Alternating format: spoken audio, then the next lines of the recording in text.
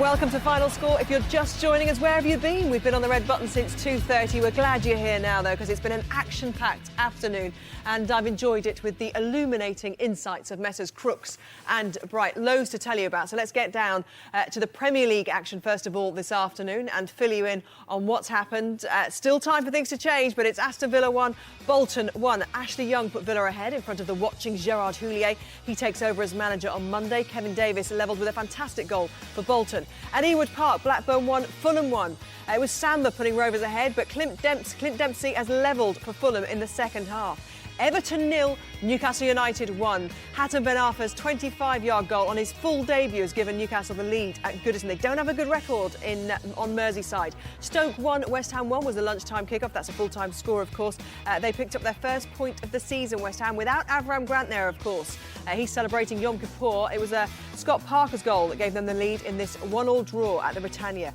Tottenham Hotspur 0, Wolves 1. Wolves did the double over Spurs last season. They lead again thanks to Stephen Fletcher's goal in the first half. West Brom 3, Birmingham City 1. West Brom trailed to Cameron Jerome's goal at half-time, but they've turned it round with 3 second-half strikes. Let's hear all about them as we head around the grounds. First of all, then to the Hawthorns and Ivan Gaskell. Yes, a game that's really turned on a 12 minutes in the career of Lee Bowyer that the midfielder would probably rather forget. After Jerome had given Birmingham a half-time lead, West Brom have stormed out in this second half. They've taken the game by the scruff of the neck. A Thomas cross, Odem Wingy in off Dan levelled things. Then Bowyer carelessly played Odem Wingy into the box. He rounded Foster in a neat display of composure, really, and finished from a tight angle, again in off Dan. Then after tangling with Jara, Bowyer was booked for a late challenge on Tamas and instantly taken off by his manager, and moments later West Brom made it 3-1. Olsen's header from a corner. It looks about over for Birmingham. 3-1 up West Brom, but that's happened before, hasn't it? Careful. Yes, plenty to play for. Let's go to White Hart Lane. Steve Lee, is this a Euro hangover for Harry Redknapp's side? Wolves beat them 1-0 last season. Of course, Harry's 100th match in charge today, but nothing to celebrate at the moment. Certainly not. Spurs 0, Wolves 1. Frustration levels growing by the minute at White Hart Lane in front of nearly 36,000. Wolves, after soaking up wave after wave of Tottenham pressure in the first half, a great load of chances too. Nicked a goal just before half-time. A cross from Kevin Foley. And we have a penalty. We have a penalty. And Ward has brought down Hutton, it looks like. And Van der Vaart has picked up the ball. Hutton was going through on just inside the box, and Ward has brought him down.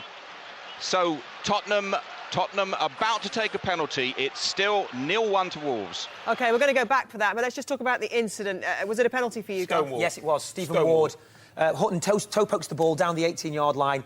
Ward comes across, slides, goes to ground, doesn't get the ball. It's a Stonewall penalty. And do you know what? They've defended so well as well, Wolves. Van der Vaart taking it. Will this be his first goal for the club? It could be. Let's go back, and Steve Lee can tell us. Steve Lee at White Hart Lane. Yes, a sort of expectant hush now has fallen on White Hart Lane as Van der Vaart, who's actually been magnificent for Spurs today, could score his first goal. And he gets Hanneman the wrong way, scores. That's the equaliser for Spurs. Their pressure has deserved it, but Wolves really have defended so magnificently. Van der Vaart gets the equaliser from the penalty spot. It's now Spurs 1, Wolves 1. And that's the exact same scoreline as Villa Park today. At the moment, 1-1. Villa, of course, took the lead. Andrew James Bolton got back into it, but the Villa players will want to give Kevin McDonald a win to go out on and give Gerard Houllier a 100% home record to come in on. That's right, Gabby, and Houllier is watching from the stands behind me. He's got Gary McAllister, who just before kick-off was confirmed as his assistant, watching with him too. And not for the first time, Bolton in the role of party poopers, but don't let anybody kid you that they don't deserve it. Ashley Young put Villa in front with a well-taken free kick in the first half, but it was a very well-worked Bolton equaliser. Kevin Davies on the end of it, one touch, and then a shot beyond Friedel after some good work by Petrov and Holden in the build-up. Bolton have been more than worth their point so far. Villa need to find something else if they're to win this match. It's Villa 1, Bolton 1. Thank you very much, Andrew. James, let's go to Goodison Park. Harry Gratian, it's only 1-0 to Newcastle, but there's plenty to talk about. So much, Gabby. A much better evident display after Newcastle outplayed them in the first. Hatem Ben Arfa's 25-yard strike, the difference on his first full debut, but Yakubu came on at half-time. Newcastle was stretched for a while, a testing time for Kroll, who was on for Harper, who has gone to hospital with a suspected broken collarbone. It's been feisty as well. Fellaini and Williamson have clashed, and Benapi went close a few minutes ago, and Nolan just believes he's had a cast-iron penalty turned down. So Everton on the rack again. Newcastle lead 1-0. Let's go to Ewood Park. Mark Hughes up against his old sign, Blackburn Rovers. Sam Allardyce has been in the news this week, hasn't he? He's suggested he could manage Real Madrid. How's he managing Blackburn this afternoon, Alan Biggs? He's having to use all his expertise. He's made several substitutions in this second half because Blackburn have lost their grip on the game. It's 1-1 with Fulham. The game finally poised, but certainly nothing delicate about the way Blackburn bossed the opening half. They fairly bludgeoned their way in front. A deserved lead, albeit with a contentious goal. But Fulham, since the break, have played their way back into this. The emphasis on the word played. Certainly an excellent equaliser. Carlos Saldido's cross on his debut. Clint Dempsey scoring with a picture header, his fourth goal in 4 games against Blackburn. The earlier talking point was whether Mark Schwarzer in the Fulham goal was fouled in failing to cut out a free kick. Replays suggest he was definitely impeded by El Hadj Diouf, and that Chris Samba's scoring header should have been disallowed. No question, though, that Schwarzer has looked shaky throughout in being targeted for special treatment. It remains Blackburn 1, Fulham 1. Let's check in on the Championship. QPR are making a really good assault on the top of the Championship so far. Neil Warnock's side are the league leaders as they arrived at the Walker Stadium today. They're in the lead as well. Mark Bishop can tell us all about it. Certainly are, Gabby. Leicester City 0, Queen's Park Rangers 1, in the lead, still unbeaten in the Championship, still top of the table, and a sizable chunk of West London are gathering a dream and momentum to the top flight in 14 years. Neil Warnock's Queen's Park Rangers continuing their best ever league start since 1987. Simple, direct football. It's tied Leicester up in knots for all of this game. Mackey's 7th goal of the season from a terrific cross from Terrat in the first half. Still the deciding factor. And former QPR manager Paulo Sousa at last sending on Steve Howard off the bench to give Leicester some much-needed firepower. Within minutes, Howard seemed to have been fouled by Gawkes with a boot in his face. Referee nothing doing. In the end, Howard having to come off to receive treatment to a blood wound. Leicester now starting to show some firepower, but Queen's Park Rangers still in control and they lead by 1-0. Let's go to the Den. Incredible turn of events there this afternoon. David Carrido can fill you in on the current goal. Well, the last goal has just been blasted in by Danny Graham, a 5th for Watford. They were 4-0 up in this game. Goals from John Eustace and then Jordan Much smashing into the roof of the net. Marvin Sordell with a scuffed effort to put them 3 up at half-time. Adrian Mariappa with a superb header for number 4. Liam Trotter got what is fairly sure to be a consolation before Graham hitting the 5th, his 6th of the season. A breathless game, but Millwall fans, you feel, will probably want to forget this one. Millwall 1, Watford 5. Before this, they hadn't lost in 17 home games in the league, Millwall. What a way to lose a record. Let's go to Portman Road. Ipswich, Cardiff. Of course, Cardiff had their first defeat in midweek. They were challenging at QPR at the top of the table, slipped to second. How are they doing this afternoon, Robin Bailey? It's going to be their second defeat, Gabby, no doubt about that. All Ipswich. It's Ipswich 2, Cardiff 0. The 2 goals, an own goal broke the deadlock on the hour from Adam Matthews not long after he'd come on as a substitute, and then Jason Scotland got his 2nd goal for the club after his £2 million move from Wigan. All Ipswich, they could have had goals earlier. Connor Wickham's been excellent up front on his first start for the team. The 17-year-old looks a real prospect. Could have had 3 goals himself, and he's got a prodigious long throw as well, so a lot in his armoury. And Ipswich cruising now, it's 2-0. Thank you, Robin. Ipswich will finish second this evening if things stay as they are, second in the Championship. Let's have a look in at Bramall Lane, Richard Askham there, and see how Sheffield United Portsmouth are getting on. Yes, hi Gabby. Sheffield United 1, Portsmouth 0. Portsmouth have hammered at the door, but it's Sheffield United who've broken the deadlock. Chet Evans with a crisply struck free kick from just outside the D, in off a post and past the diving Jamie Ashdown. It's very tough on Portsmouth, who've gone close several times, and but for Steve Simerson's excellent form in goal for Sheffield United, they'd have scored themselves. Against the run of play, the home side have the lead. Let's head up to the SPL. Brian McLaughlin. Rangers parked a bus at Old Trafford in front of the goal on Wednesday night, but tonight at Ibrox, today at Ibrox, goals coming in. Yeah, no hangover, or European hangover anyway, for Rangers this afternoon. They now lead by 4-0. Opened the scoring after 9 minutes, an own goal from Sean Dillon, but Kenny Miller with a double and Stephen Naismith scoring to set Rangers on target to head to the top of the SPL this evening with Celtic playing tomorrow. Rangers 4, Dundee United 0. Still 8 minutes left for play. Thank you, Brian. Let's go to Home Park. Hamish Marshall has a goal for us. Indeed I do, because it's Plymouth 3, Sheffield Wednesday 2. 2 goals in a couple of minutes, and the home side in front despite playing all the second half with 10 men after a controversial straight red card for Bonds and Gala in the stroke of half-time. Plymouth's goals have come Craig Noon getting their third, Bradley Wright-Phillips getting their second. Sandwich in between was a cracker from Tommy Miller that Sheffield Wednesday had thought had got them back in with a chance of this, but they're going to have to come from behind for a third time if they're going to get something from this game. Plymouth 3, Sheffield Wednesday 2. Bit of a turnaround, Peter Reid's side. They hadn't won in 5 games before today. Let's talk about the Premier League, though, in particular, the match going on at the Hawthorns. Alex McLeish secures his new contract, signs that, settles things down, you'd think. But Birmingham City, uncharacteristic in many ways, his performance. Got off to a flying start. 1-0, Cameron Jerome. good goal as well worked off the training ground. And then West Brom come back into it, second half. And it's an own goal by, I think it's by Dan's. I think it's an own goal. Then Odin Wingy gets one and Olsen gets one. And it's been a real turnaround. Lee Bowyer has been taken off because he got involved in a bit of a fracas on the pitch. 2 or 3 bad tackles within a few minutes. He got taken off, but he gave the ball away for the first goal, and that started the comeback. But West Brom have played some excellent football. For me, the controversy of the afternoon has been at Tewood Park when El Hadj Diouf clearly blocks Schwarzer. No doubt about it. He looks at him, blocks him, and the referee, who seems to be in a great position, doesn't see it and doesn't give it. Yeah. Fulham go mental. You've got to see it on Hughes Match of the goes Day crazy. tonight, no doubt. It's Have a look at that on Match of the extraordinary. Day. And have a look at this on the League Show afterwards. Jason Mohammed, you've been counting fans. Now you can start counting goals. I've been counting fans all afternoon, but it's come to life. Swansea City manager Brendan Rodgers has been talking about turning the Liberty Stadium into a fortress. They have a 100% home record here, and Scott Sinclair has scored his second goal of the week with a scrappy one, but the Swansea City fans won't care. David Cottrell's cross wasn't cleared by the Scunthorpe United defence, and Scott Sinclair was at the far post to ram it home. Swansea City 1, Scunthorpe United 0. Thank you, Jason. Paul Addison has had plenty to talk about at the Riverside this afternoon. You can throw into the mix a red card now.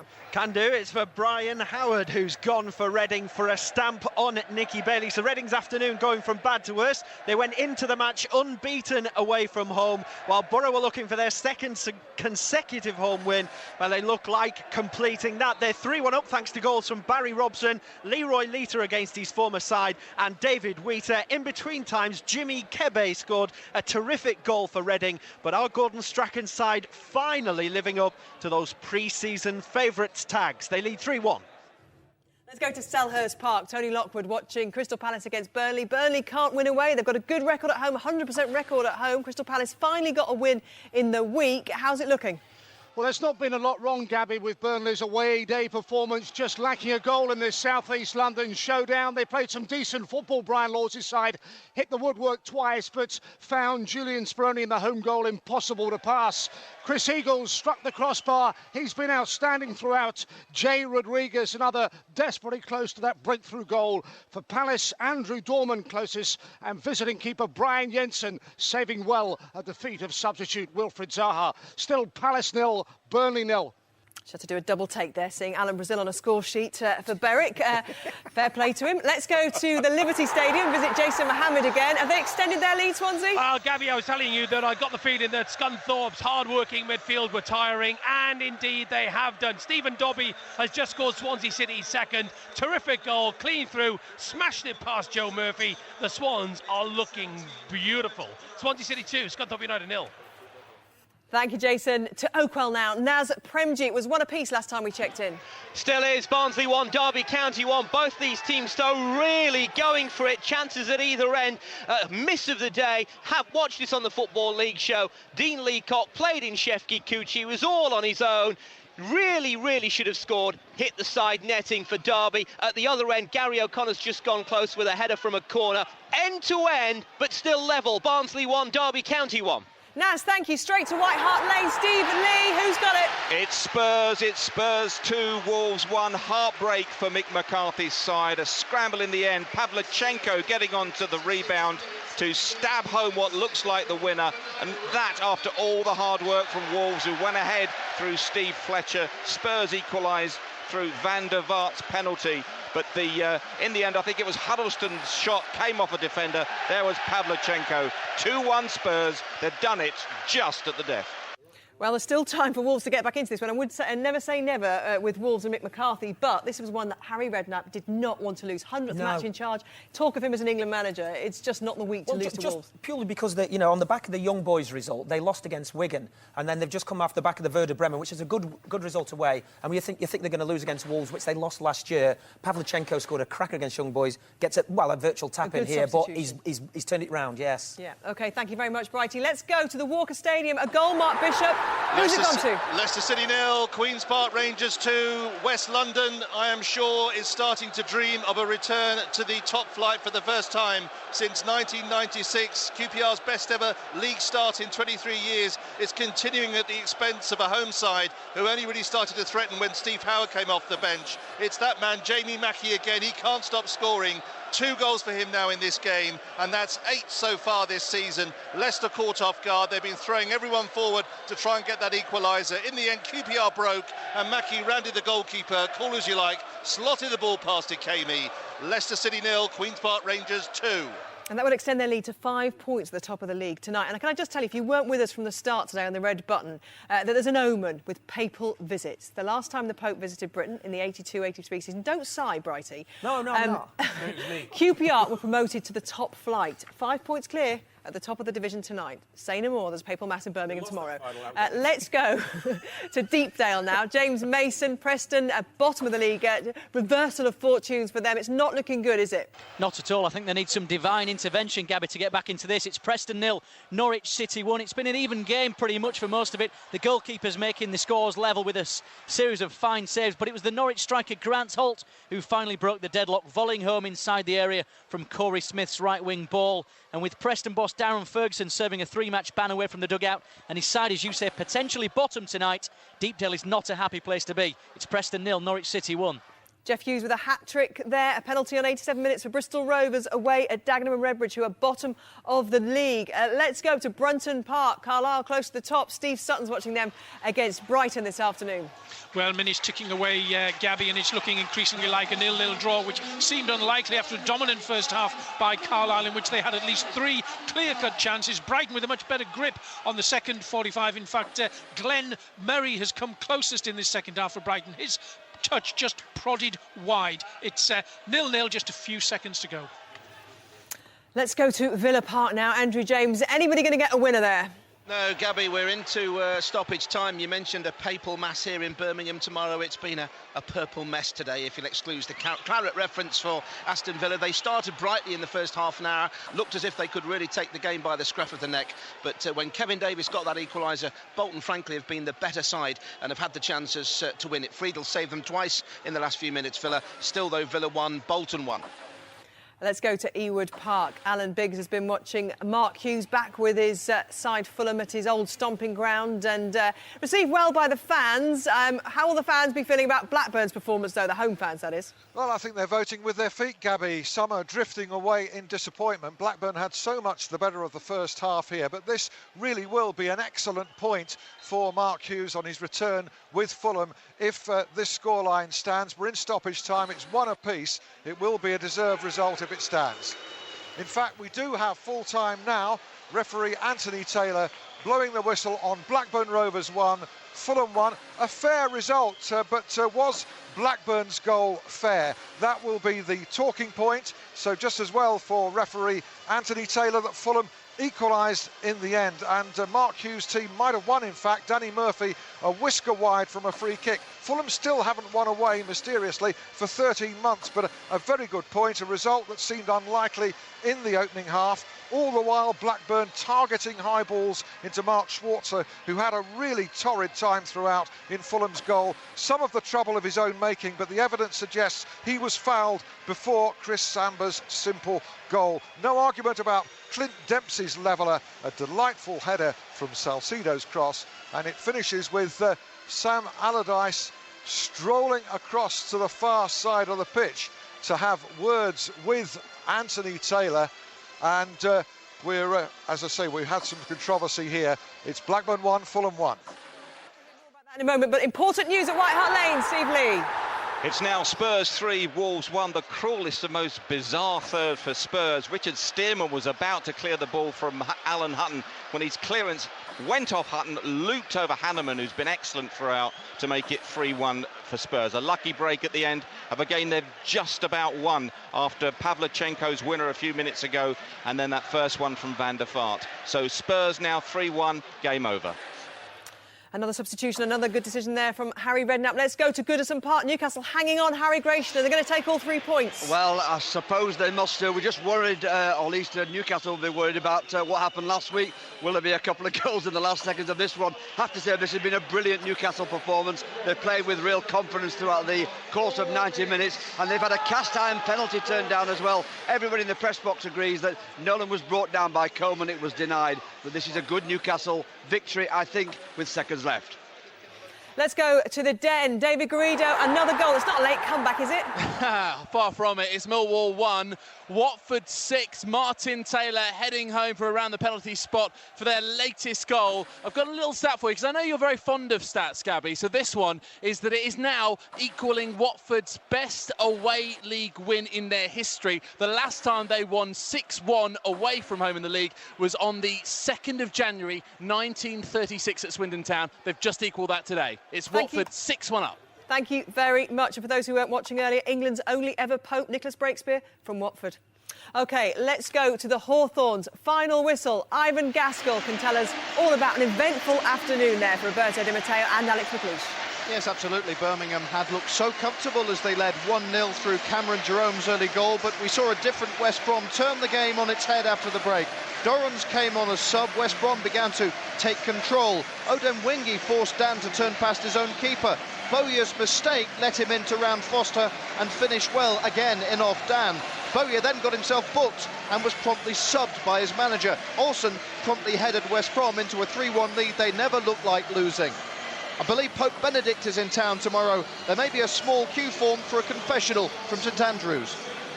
Ivan, thank you very much. Drama, which we'll tell you about in a moment. Last-minute drama at Goodison. But let's go to the final whistle at Villa Park. Andrew James. Yes, there'll be a new man at the top here tomorrow. Gerard Houllier takes over with Gary McAllister alongside him. But it's been a disappointing end to Kevin McDonald's time in charge. Villa 1, Bolton 1 in McDonald's last game before stepping back behind the scenes. Ashley Young with a free-kick goal put Villa ahead. They looked as if they were going to run riot at that point, but Bolton got back into it. Great goal from Kevin Davis, and although Davis got his 4th yellow card in 5 Premier League games, it wasn't that kind of match. Bolton deserved to get something from it, and they could well have sneaked it at the end had Friedel not made 2 good saves for Villa. Villa 1, Bolton 1. And the final whistle's blown at White Hart Lane. What a second-half comeback for the Spurs, Steve Lee. Yes, indeed. Spurs 3, Wolves 1. In the end, Spurs were cruising to victory, but this was hardly a comfortable stroll in the park. Wolves performed a typical smash-and-grab raid in the first half. Steve Fletcher poking them in front from Foley's cross, and all this after Wolves keeper Marcus Hanneman had almost defied Spurs single-handedly with a series of saves. They had to wait Spurs until 76 minutes when Van der Vaart scored a penalty after Alan Hutton was downed by Stephen Ward in the box. That set up the finale. Pavlyuchenko hit what looked like the winner after a deflection fell to him, but then a bizarre, almost an own goal. Richard Stearman clearing the ball against Alan Hutton. It looped over Hanneman's head, who'd been Wolves' outstanding performer, to make it 3-1. Cruel on Wolves, but Spurs have banished that Euro hangover. 3-1 to Spurs. Thank you, Steve. Final whistle hasn't blown yet at Goodison Park, but we're going to check in with Harry Grayson, because what a dramatic save the reserve keeper Kroll had to make then. Well, it was unbelievable. Last seconds of the game, and Yakubu had the chance. He actually hit the post, and the ball bounced into Kroll's arms, with virtually the whole of the Everton side just trying to descend on the ball. But this, I think, will be a Newcastle victory. It's going on, though, for the Newcastle fans. It's going on too long, and Everton might get one last effort to try and get back into this game. 1-0, seconds left. Oh, let's go to the Walkers Stadium. Mark Bishop, QPR 2-0 in the lead, obviously. Is it going to be a victory for them? Sorry, I'm just a bit distracted. Sorry about that, Mark. I have jumping pundits next to me. Can you tell us more?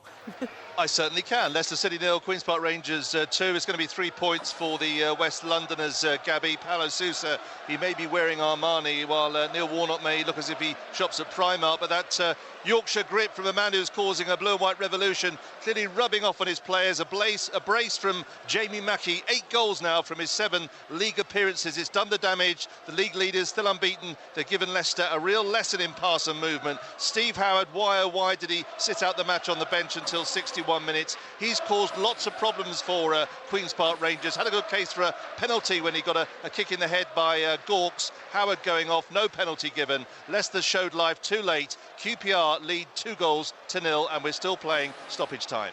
Thank you, Mark, and apologies for that slight interruption in your introduction. I've just seen what they were getting so excited about, though, Harry Gresham. What a chance for Everton, literally the dying moment of that match. 15 matches before that, Newcastle have taken no victories away from Merseyside. So an important win for them at Goodison Park this afternoon. Let's go to Portman Road, an important win for the home side. Robin Bailey. Yes, Ipswich 2, Cardiff 0. So Ipswich performed the bounce back from their midweek defeat and go second. Cardiff were poor despite an impressive opening when they had a corner cleared off the line. They'll want to get absent Craig Bellamy back quickly from injury because they need his pace back in this side. They were pedestrian throughout. 17-year-old Connor Wickham, meanwhile, ran riot on his first start of the season for Ipswich. A cast-iron penalty turned down. He was denied by David Marshall twice. The breakthrough on the hour came from an own goal. The substitute, Adam Matthews, a midfielder in defence, got his geography all wrong, and then Jason Scotland, his second goal of his Ipswich career since his £2 million move from Wigan. Good win for Ipswich. They're good value for it. 2-0. Ipswich will be second tonight, Cardiff will be third, and Norwich will be fourth. They played at Deepdale this afternoon. James Mason can tell us how they got there. Preston 0, Norwich 1, Gabby, and Norwich just about deserve this, but Preston in front of their biggest crowd of the season will look down at the Championship, the bottom, the reality of facing the bottom of the Championship tonight. Grant Holt condemned them to their 5th straight defeat as he volleyed home Corey Smith's centre midway through the second half. It continues Norwich's good form and their good start to the season, but for Darren Ferguson, had his father for company as he serves a 3-match touchline ban, and how Preston fans could do with some Ferguson senior magic to turn their form around. It ended Preston 0, Norwich City 1. So Norwich 4th tonight, Watford 5th tonight. What a win for them at the Den. David Garrido. Millwall 1, Watford 6, the final score. An ultra-clinical performance from the visitors, starting off by captain John Eustace. Jordan Much and Marvin Sordell taking advantage of the statuesque Millwall defence to give them a 3-0 lead at the break. Watford's best goal came ironically from a centre-back, a header from Adrian Mariappa. Liam Trotter then got one back for Millwall before Danny Graham smashed home a 5th, and Martin Taylor's header made it 6 to equal the Hornets' best away league win ever. So Kenny Jackett's former team have given his current side a pasting and a half. Millwall 1, Watford 6. One impressive win for Watford. Let's move up to the SPL, to Ibrox. Brian McLaughlin watching an impressive Rangers win over Dundee United. Yeah, certainly was. 4-0, Gabby, and they ease their way to the top of the SPL table. An own goal by Sean Dillon early on set them on their way. 2 second-half strikes from Kenny Miller and a header by substitute Stephen Naismith wrapped up an easy victory. Rangers 4, Dundee United 0. OK, let's get the full classified results now with Tim Gudgin.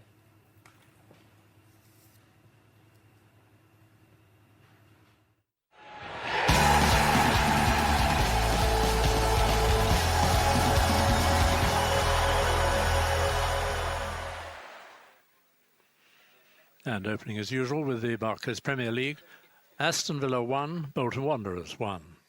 Blackburn Rovers 1, Fulham 1. Everton 0, Newcastle United 1. Stoke City 1, West Ham United 1. Sunderland and Arsenal have their kick-off at 5:30. Tottenham Hotspur 3, Wolverhampton Wanderers 1. West Bromwich Albion 3, Birmingham City 1. In the Empire Championship, Barnsley 1, Derby County 1. Bristol City 1, Coventry City 2. Crystal Palace 0, Burnley 0. Hull City and Nottingham Forest kick off shortly. Ipswich Town 2, Cardiff City 0. Leicester City 0, Queen's Park Rangers 2. Middlesbrough 3, Reading 1. Millwall 1, Watford 6. Preston North End 0, Norwich City 1.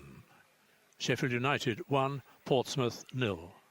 Swansea City 2, Scunthorpe United 0. In League 1, Brentford 0, Hartlepool United 0. Carlisle United 0, Brighton and Hove Albion 0.